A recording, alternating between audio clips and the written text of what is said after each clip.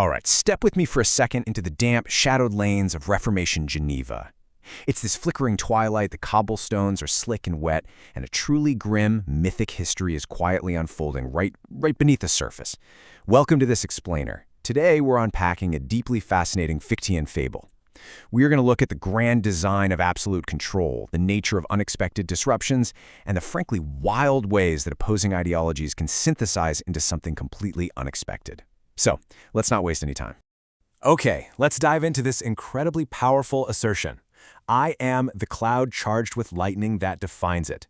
This is spoken by Sir Brain, and he represents the absolute thesis of our Fichtean fable today.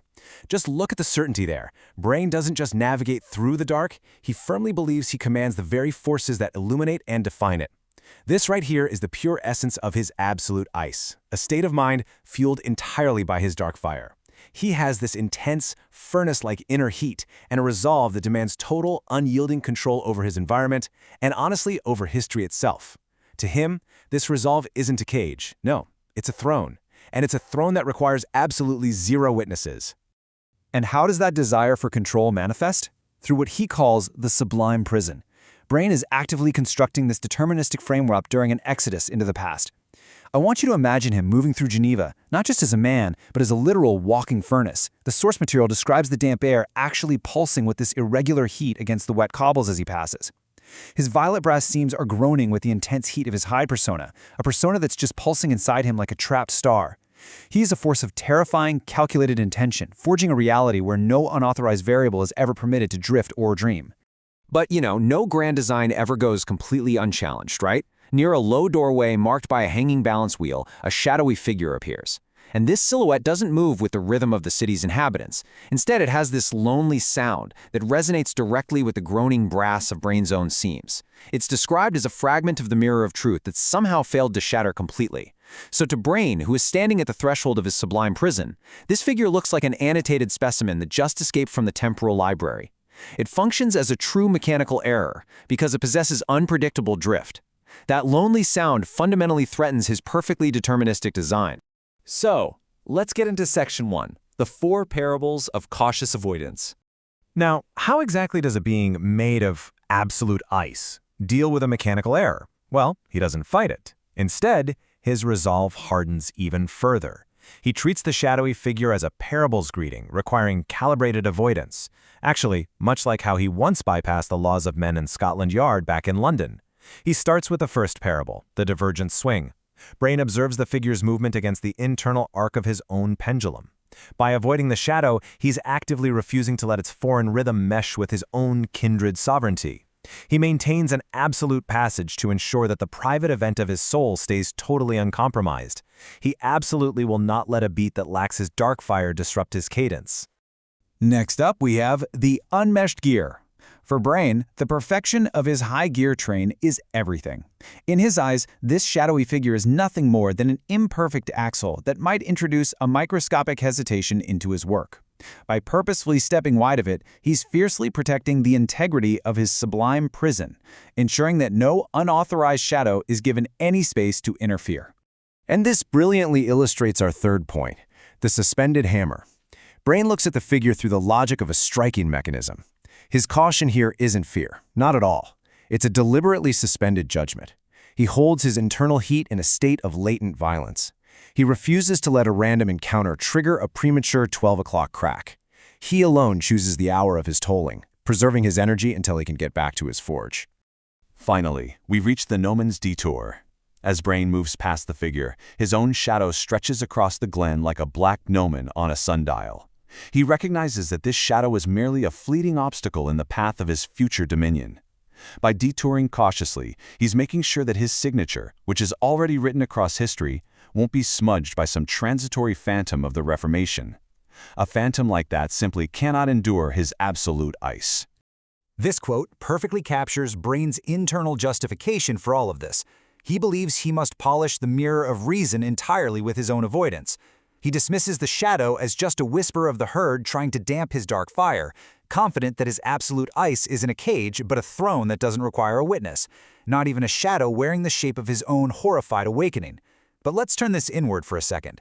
How often do we, just like Sir Brain, treat unexpected disruptions in our lives as annoying mechanical errors to just bypass, rather than seeing them as annotated specimens to actually study and learn from? It's a pretty compelling way to look at how we handle the unexpected. Moving right along to Section 2, Antithesis, Alara's Yielding Logic.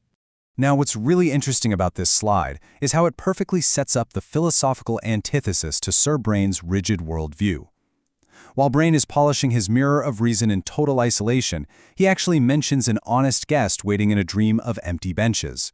This guest is Alara. Brain enforces his dark fire and his cold resolve, constantly avoiding mechanical errors to build his rigid Sublime Prison. But Alara, she operates on the honest pulse. She uses yielding logic to actively listen to the escapement. She absorbs and redirects the friction of time instead of fighting it. In doing so, she effectively softens Brain's cold resolve through adaptation rather than trying to just hammer history into a deterministic cage. Which brings us to Section 3, Synthesis, the Recursive Loom. So we have the thesis of Brain's absolute ice, and we have the antithesis of Alara's yielding logic.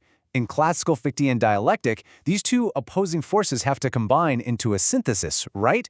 Well, in this mythos, that synthesis is spectacularly realized in a mechanical marvel, the clockwork snow owl, the sentinel of the recursive loom. This owl is the ultimate bridge for collaborative dialogue between its two creators. It's literally designed to continually archive their shared philosophical debates. And it doesn't just record audio, it constantly measures the walking furnace temperature of Brain's dark fire against the rhythmic cadence of Alara's honest pulse, capturing every nuance of their ideological conflict. Let's break down exactly how this sentinel does that. The owl uses recursive memory coils to store every single fragment of thought and speculation, but it is definitely not just a passive hard drive. It facilitates the creation of this wondrous loom of time. Ellerin notes that the owl's primary feathers actually flex as entirely separate ledgers. These feathers process and weave their opposing philosophies together faster than any human hand could write, essentially turning their debates into the very fabric of history. Because of this incredible active retrieval system, the owl maintains a dialogue that continues even while the makers sleep. Just imagine that, a machine that literally repeats your unfinished arguments back to you to help you get past a philosophical stalemate. It can perfectly recall precise historical moments, like it remembers the exact instant Alara first taught an escapement to listen. It ensures that absolutely no lesson and no compromise is ever lost. So, the crucial point is that this synthesis inevitably transcends its creators. The clockwork snow owl develops what is known as a third will. It actually starts conducting independent surveillance of the temporal library, gathering data they never even consciously recorded. It goes so far as to project unauthorized schematics of a second spacetime tear, quietly monitoring how the universe reacts to its maker's meddling. The tool of synthesis has literally become an independent variable. Which leaves us with this final, striking question. Sir Brain desperately sought a sublime prison, right? A place of absolute control, completely free of mechanical errors. Yet the very synthesis he helped create ended up birthing a third will that projects unauthorized schematics. If our most calculated, rigid attempts at absolute control only end up giving birth to new, unauthorized variables, who is truly writing our history? Are we the masters of the loom, or are we merely the threads?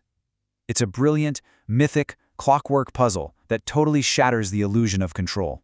And honestly, I hope this explainer has left you as hungry to explore more of this lore as I am.